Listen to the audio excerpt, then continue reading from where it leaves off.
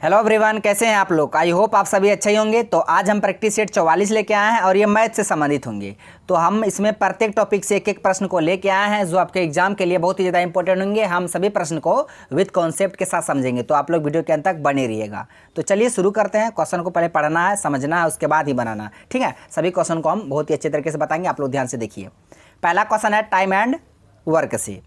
तो क्वेश्चन है ए तथा बी एक कार्य को 14 दिनों में यानी मिलकर ए और बी एक कार्य को मिलकर 14 दिनों में कर सकता है। ए अकेला उसी काम को 16 दिनों में कर सकता है, तो बी अकेला उस कार्य को कितने दिनों में करेगा। ये क्वेश्चन रहा। अब इसको बनाते कैसे हैं, चलिए हम लोग बनाते हैं। तो क्वेश्चन में कह रहा है ए और बी दोनों मिलकर एक कार्य को 14 दिनों में करता है। फिर वहीं कहता है ए अकेला उस कार्य को 16 दिन में करता है। ये हो गया ए और बी दोनों का काम, ये हुआ अकेले ए का काम 16। अब टोटल काम कितना है वो हम निकालते, क्षमता। तो टोटल काम कितना होगा, तो टोटल काम निकालने के लिए दोनों का एलसीएम लेते हैं। 14 और 16 का एलसीएम कितना होगा, तो इसका एलसीएम आएगा 112। कितना आएगा, 112। यानी 14 और 16 का एलसीएम निकाल लीजिए। यहाँ पे 14 और 16 का निकालना है हमको। 2 से काटेंगे, 2 7 14, 2 8 16। अब कटेगा नहीं कटेगा, 8 7 56, 56 2 112। तो अब यहाँ टोटल काम 112 निकल गया है ना। अब इसको मिटा देते हैं ताकि ये जगह मिले तो अच्छा से आप लोग को बता पाए, है ना। इसको मिटा दिए। अब बनाते हैं। तो ए और बी मिलकर 14 दिन, ए अकेले 16 दिन और टोटल काम 112 दिन हुआ। अब क्षमता निकालिए। ए और बी का टोटल क्षमता कितना, ये तो काम हुआ इतना दिन में कर सकता, लेकिन क्षमता नहीं ना। आप क्षमता निकालिए। 14 से 112 कितना बार में कटेगा, 14 8 112 यानी 8 होगा इसका क्षमता। इसका 16 7 112 यानी कि इसका क्षमता ए अकेला क्षमता 7 होगा और ए बी दोनों का मिलकर क्षमता 8 होगा। तो हमें पता चल गया है ए और बी दोनों का मिलकर क्षमता 8 हुआ और ए अकेला क्षमता 7 है। तो हमको कहता है बी अकेला उस कार्य को कितने दिनों में करेगा, तो हमको बी का क्षमता पता करना पड़ेगा। तो हम यहाँ पे देखिए ए और बी दोनों का मिलकर क्षमता 8 है, ए अकेला क्षमता 7 है। तो दोनों में से अगर ए का क्षमता घटा देंगे तो जो आएगा वो बी का क्षमता आ जाएगा। तो 1 आ गया, यानी 8 में से 7 गया 1, तो 1 ये बी का क्षमता हुआ और टोटल काम हुआ 112 टोटल काम हुआ। अब बी अकेला उस काम को कितने दिनों में करेगा, बी का क्षमता कितना 1 है, तो टोटल काम को 1 से भाग कर दीजिए बी के क्षमता से, तो कट जाए कितना 112 बार में। तो इसका सही आंसर ऑप्शन बी हो जाएगा 112 3, यानी कि बी अकेला उस कार्य को 112 दिन में करेंगे। आप इसको याद रखना, ठीक है। ये दोनों मिलके 14 दिन में किया, ये अकेला करता तो 16 दिन में, अगर बी अकेले करता तो 112 दिन लगेगा इसी कार्य को करने में। तो इस तरह से आप बनाइएगा टाइम एंड वर्क से। ये बहुत ही ज़्यादा इंपॉर्टेंट क्वेश्चन था। अब चलते हैं अगले क्वेश्चन की ओर। क्वेश्चन है 3 4 5 सेमी भुजा वाले त्रिभुज का क्षेत्रफल क्या होगा, है ना। मतलब दिया हुआ 3 सेमी 4 सेमी 5 सेमी भुजा वाले त्रिभुज का क्षेत्रफल। आप यहाँ देखिए, ये जो 3 4 5 हमको दिख रहा है, ये तीनों ट्रिपलेट है। ट्रिपलेट समझते हैं, ट्रिपलेट। अगर 2 भुजा का वर्गों का योग, यानी 2 भुजा के वर्गों का योग तीसरी भुजा के वर्गों का योग के अगर बराबर है तो समझ लीजिएगा ट्रिपलेट है, नहीं तो नहीं। तो इसका वर्ग कीजिए, 3 का वर्ग प्लस 4 का वर्ग इक्वल 5 का वर्ग। 3 का वर्ग 9, 4 का वर्ग 16, 5 का वर्ग 25, तो 16 9 25, 25 इक्वल 25 यानी कि बराबर हो गया। यानी कि ये तीनों ट्रिपलेट है। जब ट्रिपलेट है तो समझ जाएंगे ये समकोण त्रिभुज होगा। कौन सा त्रिभुज, ये समकोण त्रिभुज होगा। समकोण त्रिभुज होगा। समकोण त्रिभुज में 3 हो गया ये उसकी ऊंचाई, 4 आधार, ये 5 हो गया विकर्ण, है ना। तो हमको त्रिभुज का क्षेत्रफल चाहिए। त्रिभुज का क्षेत्रफल क्या होता है, एक न्यू पेज ले लेते हैं। त्रिभुज का क्षेत्रफल होता है 1/2 गुना आधार गुना ऊंचाई, ये होता है ना। तो 1/2 गुना आधार कितना है, आधार है 4, ऊंचाई 3 है। तो आधार हुआ 4, ऊंचाई 3, काट दीजिए। 2 दूना 4, अब फिर गुना जो 3 दूना 6, तो 6 सेमी हो जाएगा त्रिभुज का क्षेत्रफल, है ना। त्रिभुज का क्षेत्रफल क्या होगा, 6 सेमी, ऑप्शन ए हो जाएगा। इस तरह से बनाइएगा, है ना। ये ट्रिपलेट था तो बहुत ही आसान था, है ना। तो आप चलते हैं अगले क्वेश्चन की ओर। क्वेश्चन है यदि 2 वर्गों के क्षेत्रफलों का अनुपात 9:1 है तो उनकी परिधियों का अनुपात क्या होगा, यानी उसकी परिमापों का अनुपात क्या होगा। वर्ग का क्षेत्रफल का अनुपात दे दिया है, तो वर्ग का क्षेत्रफल का अनुपात हम यहाँ x मान लेते हैं, एक ठो वर्ग, दूसरा वर्ग को y मान लेते हैं। तो ये दोनों का क्षेत्रफल का अनुपात दिया हुआ है 9:1, यानी 9/1 क्षेत्रफल का अनुपात है। हमको भुजा का अनुपात निकालेंगे तब ना फिर हमको परिधि का अनुपात निकलेगा। क्षेत्रफल का अनुपात, क्षेत्रफल क्या होता है, भुजा का स्क्वायर, यानी कि x का स्क्वायर हम मान लिए बट्टे y का स्क्वायर बराबर 9/1। ये स्क्वायर अगर उधर जाएगा, स्क्वायर अगर उधर भेजेंगे, न्यू पेज लेता ताकि आपको अच्छा समझे। ये 2 वर्ग है, ये पहला है ये दूसरा है, तो बराबर इसी का अनुपात 1 दिया है। तो स्क्वायर का उधर भेजेंगे तो ये रूट में आ जाएगा, ये भी रूट में आ जाएगा, है ना। तो 9 किसका होता है, 3 का होता है, 1 का तो 1 ही होता है। तो x/y का मान कितना हो गया, 3:1 आ गया, यानी कि भुजा का मान 3/1 यानी कि 3:1। भुजा का मान 3:1 आ गया। अब हमको क्या मांग रहा है, अब हमको मांग रहा है क्या, परिधि यानी कि परिमाप। तो भुजा का अनुपात आ गया 3:1 आ गया, 3:1 आ गया। अब हमको परिधि चाहिए। परिधि क्या होता है? वर्ग का परिमाप क्या होता है? 4 गुना भुजा। तो वर्ग का परिमाप 4 गुना भुजा होता है। अब दोनों का निकाल लीजिए, भुजा पते है, अब परिमाप होता है 4 गुना भुजा, 4 गुना भुजा, ये पहला वर्ग का हुआ। अब बट्टे दूसरा वर्ग का होगा, इसका भी 4 गुना भुजा होगा ना परिमाप।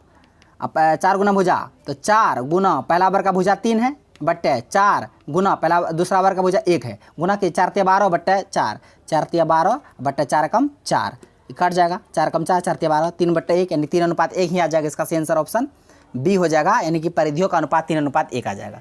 इस तरह से आप लोग को बनाना है, ठीक है। इसको समझे, अगर नहीं समझे तो एक बार फिर से हम बता देते हैं ना, इसको मिटा देते, एक बार फिर से बताते हैं, इसको हम फिर से बताते हैं, कोई दिक्कत नहीं। अगर एक बार नहीं समझते तो उसको दोबारा बता देते हैं। इसको मिटा दिए, अब बनाते हैं। देखिए क्षेत्रफल का अनुपात दिया हुआ 9:1। जब क्षेत्रफल का अनुपात 9:1 दिया, भुजा का अनुपात कितना 3:1 होगा ना। क्षेत्रफल है, अभी तुरंत बताएं, इस बार में स्क्वायर रहता है। अगर मान के चलिए भुजा स्क्वायर ए मान लेते हैं, ए कहाँ से बार दूसरा पेज लेता है, ए मान ले ए स्क्वायर और दूसरा का हम बी स्क्वायर मान लेते हैं, बराबर 9/1 है। तो ये स्क्वायर उधर जाएगा तो रूट में चढ़ेगा ना, रूट में चढ़ेगा ना, रूट जब चढ़ेगा तो 9 का क्या होता है 3 होता है, 1 का 1 हो गया। तो ये हुआ क्षेत्रफल का अनुपात, ये भुजा का अनुपात हो गया। अब हमको परिमाप का अनुपात, परिमाप जानबे करते 4 गुना भुजा होता है, वर्ग का परिमाप 4 गुना भुजा, तो बट्टा ये पहला वर्ग का परिमाप हुआ, ये दूसरा वर्ग का परिमाप हुआ, इसका भी 4 गुना भुजा होगा ना। बस ये 4 तो कटिए जाएगा। भुजा का मान इसका 3 है, इसका मान 1 है, तो वही 3:1 आ जाएगा परिधि का मान ना। अरे 3:1, सही आंसर ऑप्शन बी हो जाएगा 3:1। इस तरह से बनाइएगा, ठीक है। अब चलते हैं अगले क्वेश्चन की ओर। क्वेश्चन है माध्यिका से, ये संख्याएं दी गई हैं, इनकी माध्यिका आपको ज्ञात करना है। तो पहले इसको हम संख्या को आरोही क्रम में सजा लेते हैं, है ना, बनाते हैं हम लोग। आरोही क्रम में सजाने पर, आरोही क्रम में सजाने पर या व्यवस्थित करने पर इसको सजाइए। आरोही क्रम में मतलब बढ़ते क्रम, इसमें पहले छोटा को लिखते हैं। पहले छोटा क्या है, 2 है, 3 है, उसके बाद 5 है, 2 3 5 है, उसके बाद 6 है, 7 है, 9 है, 10 है, 12 है, 9 10 12 16 कट हुआ। 1 2 3 4 5 6 7 8 9, 1 2 3 4 5 6 7 8 9 9 हो गया। तो इसको, इस संख्या को पहले आरोही क्रम में बैठा दिए, सजा दिए। अब सजा दी, आप देखिए कितना है, n का मान कितना हुआ, n का मान 1 2 3 4 5 6 7 8 9। तो n का मान ये विषम संख्या है, n एक विषम संख्या है, विषम संख्या है। जब n एक विषम संख्या होगा तब माध्यिका बराबर सूत्र होता है n + 1/2 वां पद, जब n का मान विषम होगा। जब n का मान सम होगा उसका अलग फॉर्मूला होता है, n/2 प्लस ई वां पद, n/2 + 1 वां पद, ये 1/2 इधर हो। ये होता है जब सम हो, n का मान जब सम हो, n एक सम संख्या हो तब माध्यिका बराबर ये सूत्र होता है। जब विषम हो तो n + 1/2 वां पद, ये होता है ना। दोनों सिचुएशन अलग हो। अब यहाँ पे कौन सा सिचुएशन, सम वाला विषम वाला, विषम वाला है, तो विषम वाला का सूत्र क्या होता है, n + 1/2। n का मान कितना, 9 + 1, 9 कहाँ से पता चला ना आपको, 9 कहाँ से आया, यही 1 2 3 4 5 6 7 9, तो टोटल 9 है। तो n का मान 9 + 1/2, तो 9 1 10/2 कट जाए, 2 5 10, यानी कि पाँचवा पद। ये 5 आंसर नहीं आ गया। अब देखिए 5 जब सजाएं जो इसको आरोही क्रम में, उसमें 5वां स्थान में क्या आया है, यहाँ का 5वां ना देख लीजिएगा, 1 2 3 4 5 में 12, तो 12 आंसर नहीं, ऑप्शन 12 भी। लेकिन जो सजा दिए उसमें देखना 5वां स्थान में क्या है, 1 2 3 4 5, 5वां में 7 है, तो इसका माध्यिका क्या आ जाएगा, 7 आ जाएगा। इसका सही आंसर ऑप्शन बी हो जाएगा। इस तरह से आप लोग बनाइएगा, ठीक है।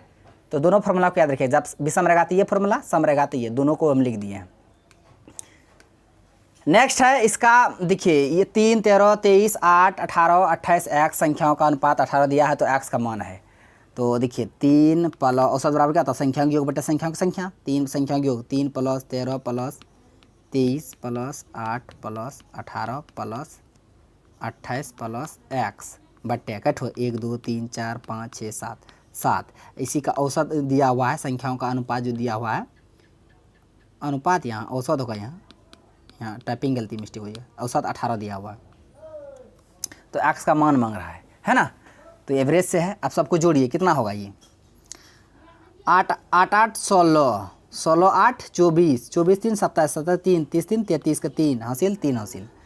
2 1 3, 2 1 3, 3 2 5, 1 6 हासिल 3 6 3 9, 93 प्लस एक्स बट्टे कहते हैं बराबर, ये गुना हो जाएगा क्रोस में, ऐसे होता है ना क्रोस। तो 18 गुना 18 7 90 18 8 7 56 का 6 5 हासिल सब नंबर है 18 7 26 126। तो x बराबर क्या होगा, ये 93 उधर घट जाएगा, तो 126 में 93 घट जाएगा, कितना बचेगा 6 में से 3 गया 3, 12 में 9 गया 3, 33। नाटक ज़्यादा किया ना 33। तो इसका सही आंसर ऑप्शन डी हो जाएगा 33। x का मान क्या आएगा 33 आएगा। इस तरह से बनाएगा। यहाँ अनुपात नहीं था, यहाँ औसत था, मतलब टाइपिंग में मिस्टेक हुआ है। तो इसका औसत दिया हुआ था 18, तो x का मान मांग रहा था। तो हम जानते हैं औसत बराबर एवरेज बराबर होता है संख्याओं का योग बट्टा संख्याओं की संख्या। सभी संख्याओं का योग कर दिए, अब बट्टा का हुआ है 1 2 3 4 5 7 7 दे दिए, अब बराबर 18 का मान दिया था, x का मान निकाल लीजिए। तो इस तरह से बनाइएगा, ठीक है। आई होप आप ये क्वेश्चन समझ गए होंगे। नेक्स्ट क्वेश्चन है कि 2 अंकों का जोड़ 80 है, योग 80 है। अगर बड़ा अंक छोटे अंक के 4 गुने से 5 ज़्यादा है तो छोटे अंक क्या होगा। मान के चलिए अगर हम बड़ा अंक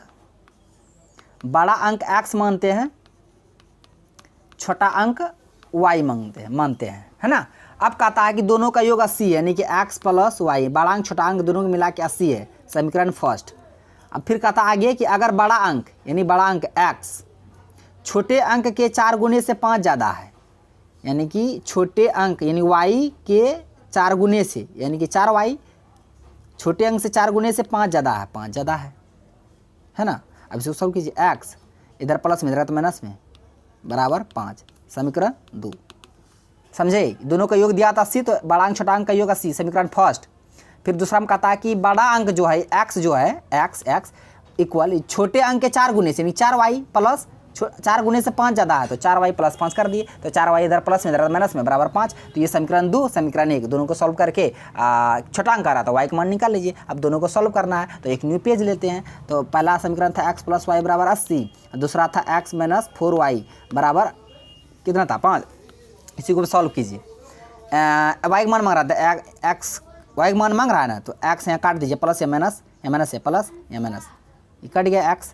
तो यहाँ 4y यहाँ 1y, 4 1 5y बराबर 80 में से 5 घटेगा 75, तो y बराबर 15 15 5 75 होता है, तो y का मान 15। हमको छोटे अंक छोटा अंक का मान मांग रहा था, तो छोटा अंक y माने थे, तो y की वैल्यू 15 आ गया। इसका सही आंसर ऑप्शन बी हो गया 15। तो इस तरह से आप बनाइएगा, है ना। समीकरण मान लिए और समीकरण को सॉल्व करके x y का मान निकाल लीजिए। अगर पहला बड़ा अंक मांगता तो x का मान निकालते, है ना। तो अब चलते हैं अगले क्वेश्चन की ओर। क्वेश्चन है कि 2 बेलनों की त्रिज्या का अनुपात दिया है 2:3 है, और इसकी ऊंचाई का अनुपात, ये है त्रिज्या का अनुपात, ये ऊंचाई का अनुपात 5:3 दिया हुआ है। तो इसके आयतन का अनुपात कितना होगा ये बताना है। तो बेलन का आयतन क्या होता है, पाई आर स्क्वायर एच बट्टे पाई आर स्क्वायर एच। 2 बेलन है, ये पहला बेलन ये दूसरा बेलन। यहाँ देखिए पाई पाई खत्म हो जाएगा, दोनों सेम है। अब देखिए आर स्क्वायर, पहला बेलन का आर का मान 2 है, 2 का स्क्वायर गुना पहला बेलन का ऊंचाई कितना है 5 बट्टे दूसरा बेलन का त्रिज्या कितना है 3 का स्क्वायर गुना दूसरा बेलन की ऊंचाई 3। अब इसी को सोल्व कर लीजिए। 2 दूना 4, 2 दूना 4, 2 का स्क्वायर 4, 4 को 5 से गुना का 4 5 20 बट्टे 3 का स्क्वायर 9, 3 3 9, 3 3 9 9 3 27, तो 20 बट्टा 27 आ गया, यानी कि 20:27। तो इसका सही आंसर ऑप्शन ए हो जाएगा 20:27। इसके आयतन का अनुपात हो जाएगा। यहाँ देखिए 27:20 भी है, उल्टा पुल्टा मत कर दीजिएगा, है ना। तो 20:27। तो इस तरह से बनाइएगा, है ना। कुछ नहीं था, बस त्रिज्या का अनुपात दिया था, ऊंचाई का अनुपात दिया था, आयतन का मांग रहा था, बैठा के बना लिए। नेक्स्ट ये क्वेश्चन है कि 5 आम की कीमत 4 संतरे की कीमत 3 आम और 7 संतरों की कीमत के बराबर है, यानी कि 5 मैंगो है, एम कर देते हैं, प्लस 4 संतरा है, इसको ओ कर दे, ऑरेंज, वो समझिएगा ना, संतरा एस से ओ ही कर दीजिए, समझ आइएगा ना। रुकिए हम हिंदी अब नहीं देते ना, कन्फ्यूज कर जाइएगा। 5 आम प्लस 4 संतरा की कीमत जो है 3 आम 7 संतरे की कीमत के बराबर है, यानी कि 3 आम 7 संतरा की कीमत के बराबर है, 3 है ये, यानी 5 आम और 4 संतरा, ये दोनों का जो कीमत होगा ये 3 आम 7 संतरे की कीमत के बराबर है, इक्वल है। इसी को सॉल्व कर लीजिए। तो कहता है कि आम और संतरे की कीमत का अनुपात क्या होगा। इधर 3 आम इधर आएगा तो 5 आम में 3 आम घटेगा, तो 2 आम बचेगा इधर, इधर 7 संतरा है, 4 संतरा उधर जा घट जाएगा तो 3 संतरा इधर बचेगा। बस कितना आम और संतरा का अनुपात मांग रहा है।